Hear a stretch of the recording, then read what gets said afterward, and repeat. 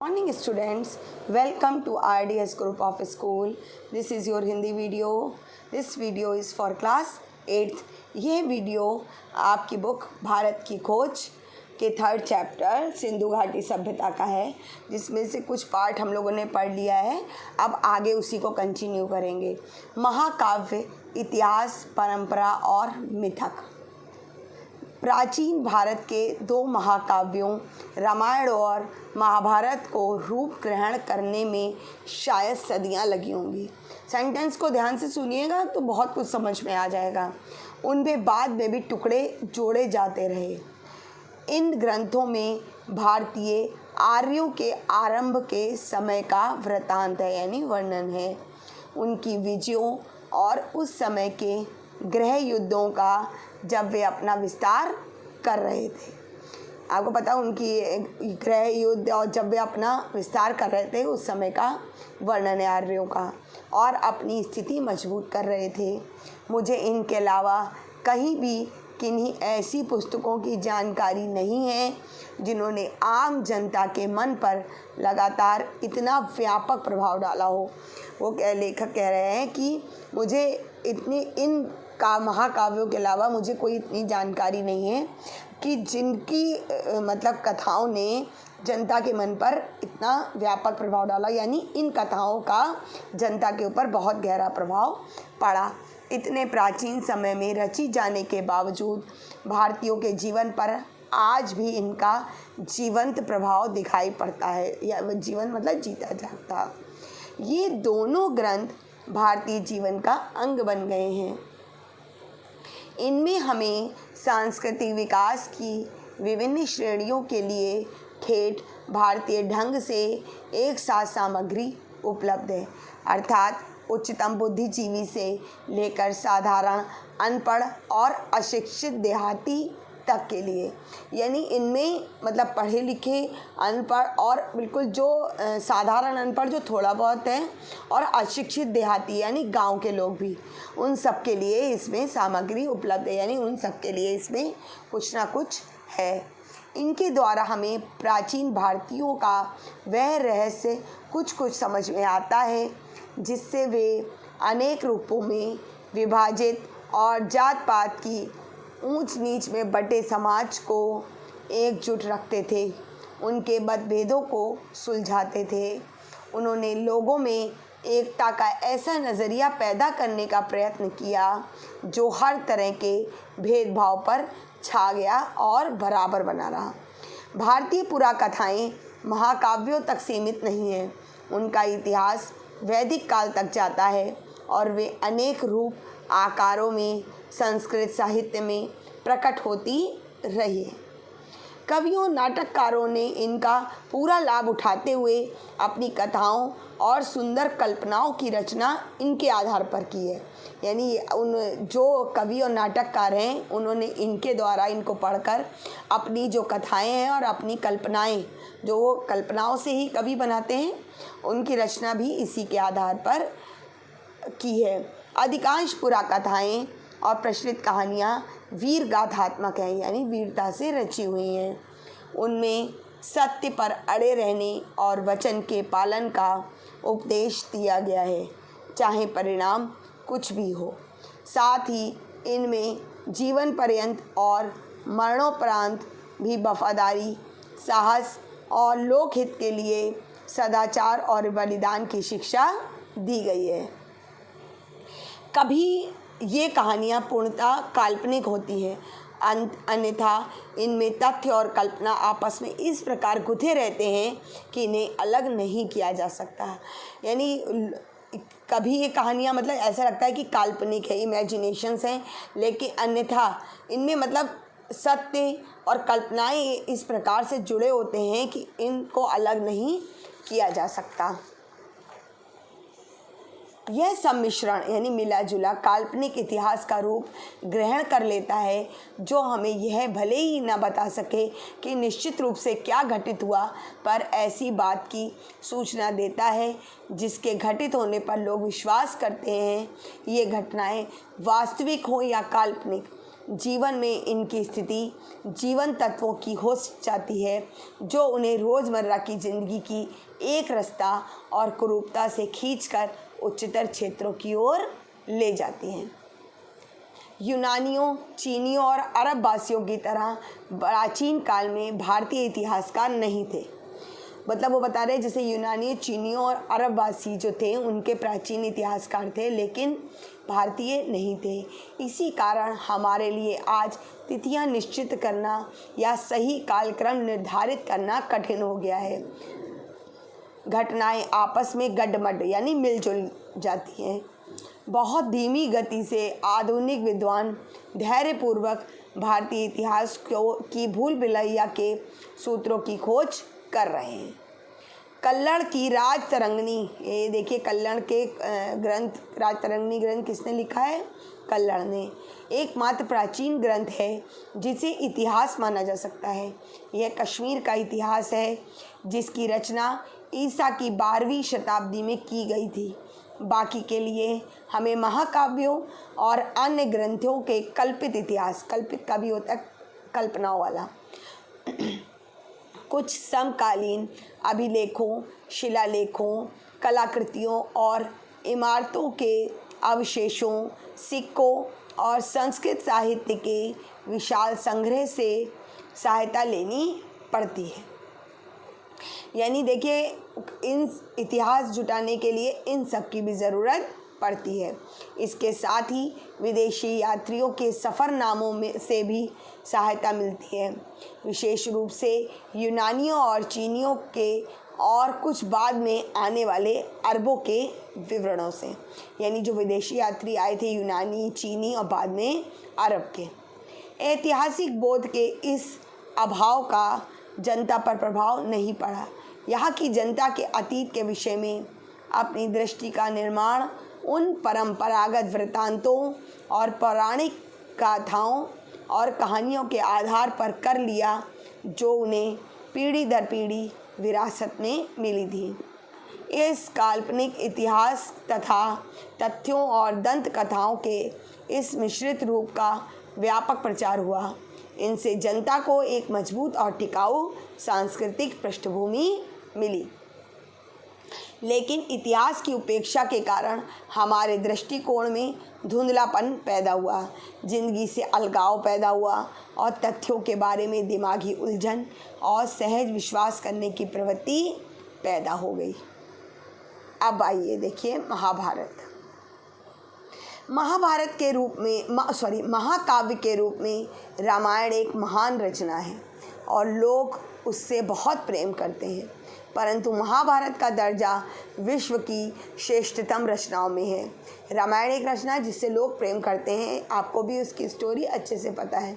यह कृति परंपरा और दंत कथाएं जो होती हैं जो एक दूसरे से सुनी जाती हैं, एक से दूसरे में, दूसरे से तीसरे में, तथा प्राचीन भारत की राजनीतिक और सामाजिक संस्थाओं का विश्वकोश है। लगभग 10 वर्ष बल्कि उससे भी कुछ अधिक समय से इस विषय के अधिकारी भारतीय विद्वान इसका प्रामाणिक संस्करण प्रकाशित करने की दृष्टि से विभिन्न उपलब्ध पाठों की जांच और मिलान करने में व्यस्त हैं। यानी इनके बारे में जो कुछ भी मिलता है उनके बारे में पिछले कई वर्षों से लोग जो है भारतीय विद्वान इसके लिए इनका जांच और मिलान करने में लगे हुए हैं। उन्होंने कुछ अंश प्रकाशित करके जारी भी कर दिए हैं, लेकिन कार्य अभी भी अधूरा है। शायद यही समय था जब भारत में विदेशी लोग आ रहे थे और वे अपने रीति रिवाज अपने साथ ला रहे थे। मतलब बता रहे कि जब ये सब होता है तो उसी समय शायद भारत में बाहर के लोग आ रहे थे और अपने साथ साथ अपने रीति रिवाज भी ला रहे थे।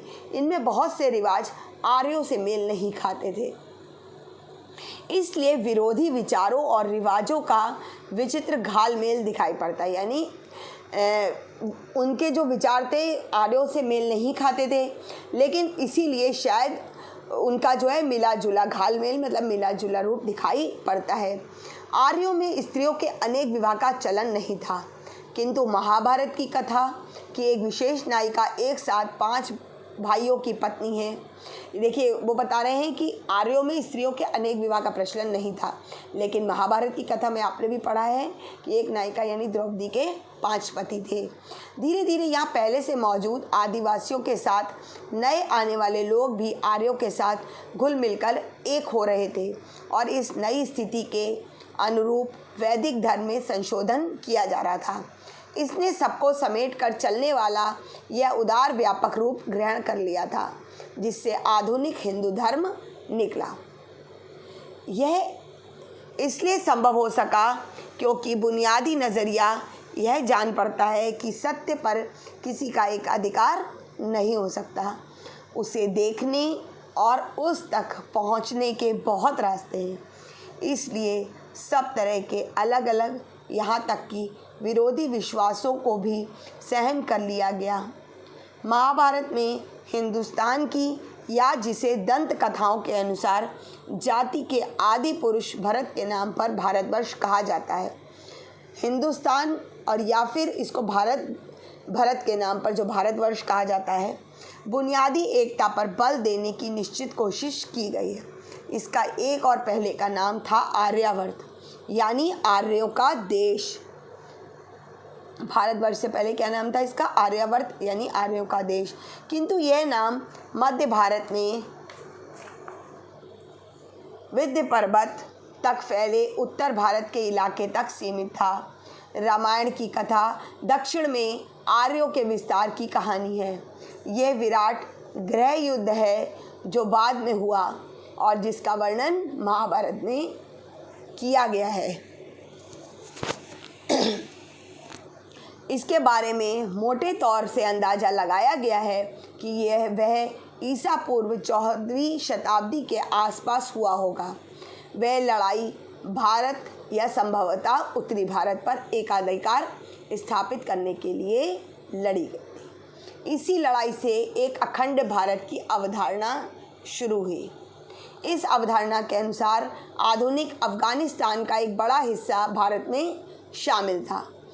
इस हिस्से को उस समय गांधार, जिससे वर्तमान कंदहार शहर का नाम पड़ा है, यानी जब वो आधुनिक अफगानिस्तान जो था, जो बड़ा हिस्सा भारत में शामिल था, उस हिस्से का उस समय गांधार था और जिससे वर्तमान कंदहार शहर का नाम पड़ा है, उस गांधार के नाम से, और उसे भारत का अभिन्न हिस्सा समझा जाता था। वास्तव में इसी कारण मुख्य शासक की पत्नी का नाम गांधारी यानी गांधार की कन्या था।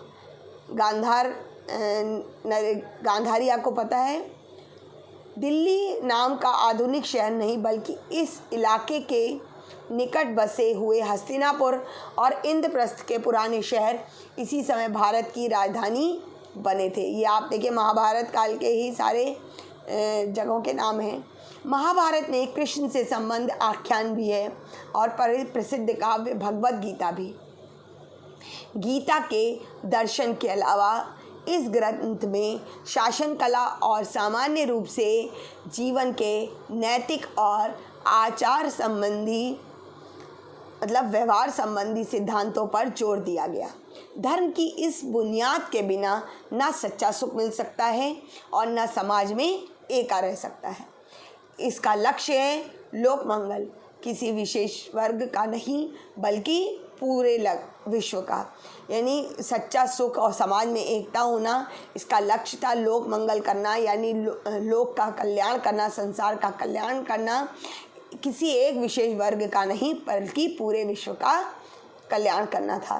लेकिन धर्म स्वयं सापेक्ष है और सत्य, निष्ठा, अहिंसा आदि जैसे कुछ बुनियादी सिद्धांतों को छोड़कर खुद समय और मौजूदा परिस्थितियों पर निर्भर करता है। यह सिद्धांत टिकाऊ है और अपरिवर्तनशील भी, परंतु इसके अलावा धर्म जो कर्तव्यों और जिम्मेदारियों का सम्मिश्रण है, समय के साथ बदलता है। अहिंसा पर यहाँ और दूसरी जगहों पर भी जो बल दिया गया है वह दिलचस्प है, क्योंकि अहिंसा और किसी अच्छे मकसद के लिए संघर्ष करने में प्रत्यक्ष रूप से कोई विरोध नहीं दिखाई पड़ता। पूरे महाकाव्य का केंद्र एक विराट युद्ध है। जाहिर है इस प्रसंग में अहिंसा की अवधारणा का ज़्यादातर संबंध मकसद से था। यानी हिंसा की मानसिकता के अभाव से, आत्म अनुशासन से, क्रोध और घृणा की भावना पर नियंत्रण से था। यानी इन सबको जो हिंसा की भावना उससे अलग होना, अनुशासन में रहना और क्रोध और घृणा की भावना जो अंदर है उस पर नियंत्रण करना था। महाभारत एक ऐसा समृद्ध भंडार है जिससे अनेक अनमोल चीज़ें ढूंढी जा सकती हैं। यह विविधतापूर्ण, भरपूर और खदबदाती जिंदगी से सराबोर है। यह केवल नैतिक शिक्षा की पुस्तक नहीं है। महाभारत से मिलने वाली शिक्षा को एक वाक्य में इस रूप में सूत्रबद्ध किया गया है: दूसरों के साथ ऐसा आचरण ना करो जो तुम्हें खुद अपने लिए स्वीकार नहीं है। यानी इसमें लेखक बता रहा है कि महाभारत जो है ये शिक्षा देती है कि दूसरों के साथ वो मत करो जो तुम्हें अपने लिए पसंद नहीं है। इसमें लोक मंगल पर जो बल दिया गया है वह ध्यान देने योग्य है। महाभारत में कहा गया है जो बात लोकहित में नहीं है या जिसे करते हुए तुम्हें शर्म आए उसे कभी नहीं करना चाहिए।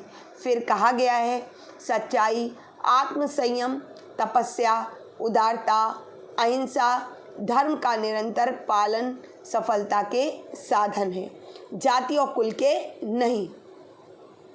धर्म जीवन और अमरता से बड़ा है। सच्चे आनंद के लिए दुख भोगना आवश्यक है। धन के पीछे दौड़ने वाले पर व्यंग किया गया है। व्यंग मतलब कटाक्ष, कमेंट करना। रेशम का कीड़ा अपने धन के बोझ से ही मरता है। और अंत में एक जीवित और विकासशील जनता के लिए आदेश है: असंतोष प्रगति का प्रेरक है। अब आइए भगवत गीता। भगवत गीता महाभारत का अंश है, परंतु उसकी अपनी अलग जगह है और वह अपने आप में मुकम्मल है, यानी पूर्ण है। यह 700 श्लोकों का एक छोटा सा काव्य है। 700 श्लोक पे अंडरलाइन कर लीजिए। इसकी रचना बौद्ध काल से पहले हुई थी। तब से अब तक इसकी लोकप्रियता और प्रभाव कम नहीं हुआ। बौद्ध काल यानी बुद्ध के से पहले। आज भी भारत में इसके प्रति पहले जैसा आकर्षण बना हुआ है। विचार और दर्शन हर संप्रदाय इसे श्रद्धा से देखता है और अपने ढंग से इसकी व्याख्या करता है। संकट के समय जब मनुष्य के मन को संदेह सताता है और वह कर्तव्य के बारे में दुविधाग्रस्त होता है, वह प्रकाश और मार्गदर्शन के लिए गीता की ओर देखता है।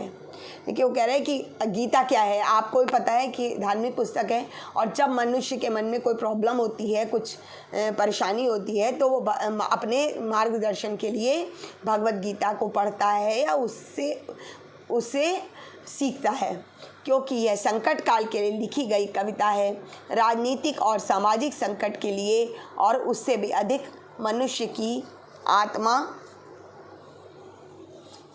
आत्म संकट के लिए गीता की असंख्य व्याख्याएं की गई हैं और अब भी लगातार की जा रही हैं।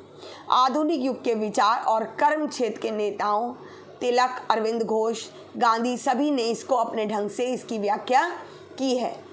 गांधी जी ने इसे अहिंसा में अपने दृढ़ विश्वास का आधार बनाया और उन्हें धर्म कार्य के लिए हिंसा और युद्ध का औचित्य इसी के आधार पर सिद्ध किया है। इस काव्य का आरंभ महाभारत का युद्ध आरंभ होने से पहले युद्ध क्षेत्र में अर्जुन और कृष्ण के बीच संवाद से होता है। देखिए आपको पता है कि अर्जुन और श्री कृष्ण के बीच में ही जो वो उन्हें शिक्षा देते हैं अर्जुन को, वही संवाद है। अर्जुन परेशान है, उसकी अंतरात्मा युद्ध और उससे होने वाले व्यापक नरसंहार के, मित्रों और संबंधियों के संहार के विचार के विरुद्ध विद्रोह कर उठती है। आखिर ये किस लिए, कौन सा ऐसा लाभ हो सकता है जो इस हानि, इस पाप का परिहार कर सके।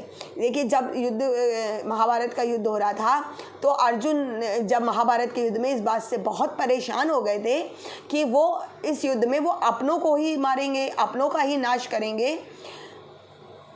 उसकी पुरानी कसौटियाँ नाकाम हो जाती हैं, उसके मूल्य ढह जाते हैं। अर्जुन इंसान की उस पीड़ित आत्मा का प्रतीक बन जाता है जो युग युग से कर्तव्यों और नैतिकता के तकाज़ों की दुविधा से ग्रस्त है, लेकिन वो समझ नहीं पा रहा कि अपने कर्तव्य का पालन करे कि नैतिकता का पालन करे। इस निजी बातचीत से हम एक एक करके व्यक्ति के कर्तव्य, सामाजिक आचरण, मानव जीवन में सदाचार और सबको नियंत्रित करने वाले आध्यात्मिक दृष्टिकोण जैसे विषयों की ओर बढ़ते हैं। गीता में ऐसा बहुत कुछ है जो आध्यात्मिक है, जो हमें आध्यात्म की ओर ले जाता है। इसमें मानव विकास के 3 मार्गों ज्ञान, कर्म और भक्ति की बीच समन्वय करने का प्रयास किया गया है। बाकी 2 की तुलना में भक्ति पर अधिक बल दिया गया है। यहाँ तक कि इसमें एक व्यक्तिगत ईश्वर का स्वरूप उभरता है, हालांकि उसे पूर्ण रूप परमेश्वर का ही अवतार माना गया है। गीता में मानव अस्तित्व की आध्यात्मिक पृष्ठभूमि का निरूपण किया गया है। रोज़मर्रा की ज़िंदगी की व्यवहारिक समस्याएं इसी संदर्भ में आती हैं। गीता में जीवन के कर्तव्यों के निर्वाह यानी निर्वाह का अर्थ होता है पालन करने के लिए कर्म का आह्वान किया गया है, यानी कर्म करो। अकर्मण्यता की निंदा की गई है और कहा गया है कर्म और जीवन को समय के उच्चतम आदर्शों के अनुरूप होना चाहिए, क्योंकि ये आदर्श समय समय पर स्वयं ही बदल सकते हैं। युग धर्म अर्थात विशेष युग के अपने आदर्श को हमेशा ध्यान में रखना चाहिए। गीता का संदेश ना सांप्रदायिक है और ना किसी विशेष विचारधारा के लोगों को संबोधित करता है। इसकी दृष्टि सार्वभौमिक है, यानी सबके लिए है। उसमें कहा गया है सभी रास्ते मुझ तक आते हैं। इसी सार्वभौमिकता के कारण गीता सभी वर्गों और संप्रदायों के लोगों के लिए मान्य हुई। इसकी रचना के बाद 2500 वर्षों में भारतवासी बार बार परिवर्तन, विकास और ह्रास की प्रक्रिया से गुजरे हैं। उन्हें एक के बाद एक तरह तरह के अनुभव हुए हैं, एक के बाद एक विचार सामने आए हैं, पर उन्हें हमेशा गीता में कोई ऐसी जीवंत चीज़ मिली है जो विकसित होते विचारों से मेल खाती है। Now this video is completed. आगे का हम नेक्स्ट वीडियो में कंप्लीट करेंगे। Have a good day.